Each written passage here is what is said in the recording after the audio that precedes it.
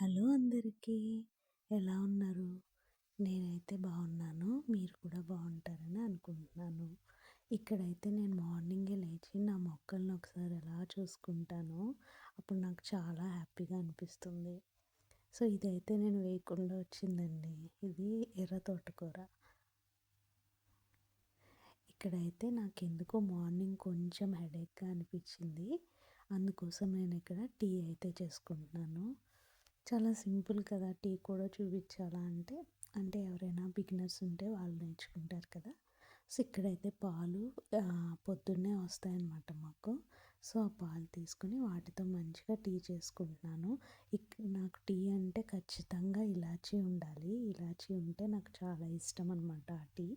So ఇలా tea చేసేసుకొని మంచిగా తాగి ఆ తర్వాత మార్నింగ్ పనులన్నీ స్టార్ట్ చేస్తాను. మీరు ఈరోజు ఏం చేశారో నాకు కామెంట్ సెక్షన్లో తెలియచేయండి. అలాగే ఈ వీడియో మీకు నచ్చితే please consider subscribe my channel అండి. ఈ చిన్న ఎంకరేజ్మెంట్ నాకు చాలా మోటివేషన్ ఇస్తుంది. మరిన్ని మంచి వీడియోస్ చేయడం కోసం నేను కొంచెం మోటివేట్ అవుతాను మీ సబ్స్క్రిప్షన్తో. సో ఇక్కడైతే టీ రెడీ అయిపోయింది. మంచిగా టీని ఎంజాయ్ చేశాను నేనైతే రెగ్యులర్గా టీ పర్సన్ కాదండి. సో ఇక్కడ టీ తాగేసాక పిల్లలకి లంచ్ బాక్స్ ప్రిపేర్ చేయాలి కదా! సో ఈరోజైతే లేచేసరికి చాలా లేట్ అయిపోయింది. ఆబ్వియస్‌గా లేట్ అయింది అంటే సింపుల్ కర్రీనే కదా చేసేస్తాము. సో ఇక్కడ నేనైతే ఎగ్‌ని ఫ్రై చేసేస్తున్నాను సింపుల్‌గా. ఇది ఆల్రెడీ మీకు చూపించానండి అంతకుముందు. ఇక్కడ మంచిగా ఆనియన్స్ అన్నీ ఫ్రై చేసేసుకొని ఎగ్స్ బీట్ చేసి వేసేయడమే అంతే. దాంట్లో రైస్ మిక్స్ చేసి లంచ్ బాక్స్ అయితే పెట్టేస్తాను. సో నా వీడియోస్ మీకు ఎలా అనిపిస్తున్నాయో ప్లీజ్ డూ కామెంట్ అండి. అప్పుడే కదా నాకు తెలుస్తుంది నేను ఎలా చేస్తున్నాను అని. సో నేను కూడా బిగినర్నే అండి. నేను నేర్చుకుంటాను ఇంకా మంచిగా. సో ప్రస్తుతానికి నేనేమి చేస్తున్నాను అనేది పెడతాను. ఇంకా ముందు ముందు మంచి వీడియోస్ తీయడానికి తప్పకుండా ప్రయత్నిస్తాను. ఇక్కడైతే ఎగ్ కర్రీ రెడీ అయిపోయింది. చాలా సింపుల్, ఎవరైనా చేసేస్తారు ఈ ఎగ్ కర్రీ. కాకపోతే మనకి టైం లేనప్పుడు ఈ కర్రీ అయితే చాలా హెల్ప్ అవుతుంది. ఇక్కడ ఇద్దరు పిల్లలకి బాక్స్ అయితే పెట్టేశాను. అండ్ ఇది వచ్చేసి ఈవినింగ్ వ్లాగ్, ఈవినింగ్ టైం అనమాట. ఇక్కడ ఏంటంటే ఎగ్ పులుసు చేయమన్నారు మా పిల్లలైతే. మార్నింగ్ అవ్వదని చెప్పేసి నేను నైట్కి చేస్తాను అని చెప్పానన్నమాట. ఇది చాలా సింపుల్, ఆల్రెడీ ఇంగ్రీడియంట్స్ కూడా చూసారు కదా!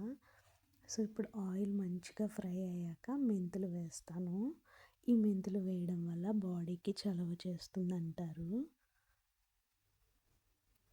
సో ఈ మెంతులు వేస్తే మంచి ఫ్లేవర్ కూడా వస్తుంది, అలానే స్మెల్ కూడా బాగుంటుంది. సో ఇది ఫ్రై అయ్యాక కొంచెం అప్పుడు పసుపు వేసుకుంటున్నాను. ఎందుకంటే ఫస్ట్ నేను ఎగ్స్ ఫ్రై చేస్తాను, దానికోసం పసుపు వేసుకుంటున్నాను మంచి కలర్ వస్తుందని. కాకపోతే నేను ఇక్కడ ఎగ్స్ అనేవి ఎక్కువ ఫ్రై చేయను. ఎందుకంటే పులుసు అనేది బాగా పీల్చుకోవాలంటే క్రిస్పీగా ఫ్రై చేయకూడదు. సో లైట్గా ఫ్రై చేసి ఆనియన్స్ వేసేసుకుంటున్నాను. మీరు ఇప్పుడు ఇక్కడే చిల్లీస్ కూడా యాడ్ చేసుకోవచ్చు. నేను పిల్లల కోసం చేస్తున్నాను కాబట్టి ఇక్కడ చిల్లీస్ యాడ్ చేయలేదు. పక్కనే రైస్ కూడా పెట్టేశాను. సో సైమల్టేనియస్గా రైస్ అండ్ కర్రీ కూడా రెడీ అయిపోతుంది కదా! సో అందుకని. సో ఆనియన్స్ అయితే బాగా ఫ్రై అయిపోయాయి. ఇక్కడ కారం వేసుకున్నాను, చాలా తక్కువ వేసాను. నెక్స్ట్ చింతపండు ఇందాక చూపించాను కదా! సో దాన్ని అయితే మనం పులుసు రెడీ చేసుకుని వేసేసుకోవడమే. అంతే, చాలా సింపుల్ అండి. ఈ కర్రీ అయితే చాలా టేస్టీగా కూడా ఉంటుంది. ఒక్కసారి ట్రై చేయండి. నాకు తెలిసి అందరూ ట్రై చేసే ఉంటారు. ఇదైతే మన కొత్తిమీర అండి, మన ఇంట్లో పెరిగింది. సో కొత్తిమీర వేసేసుకొని ఫైనల్గా కర్రీ అయితే రెడీ అయిపోయింది. సో ఇక్కడ నేను మొత్తం గిన్నెలన్నీ కూడా ఫినిష్ చేసేసాను. సింక్ అంతా నీట్గా పెట్టేశాను మార్నింగ్ లేవగానే. చాలా ఫ్రెష్గా ఉంటుంది. సో అలాగే ఇక్కడ నా మొక్కనైతే చూపిస్తున్నాను. సో మార్నింగ్ నేనైతే సాంబార్ చేద్దాం అనుకుంటున్నాను. సో అందుకని నానబెట్టేశాను.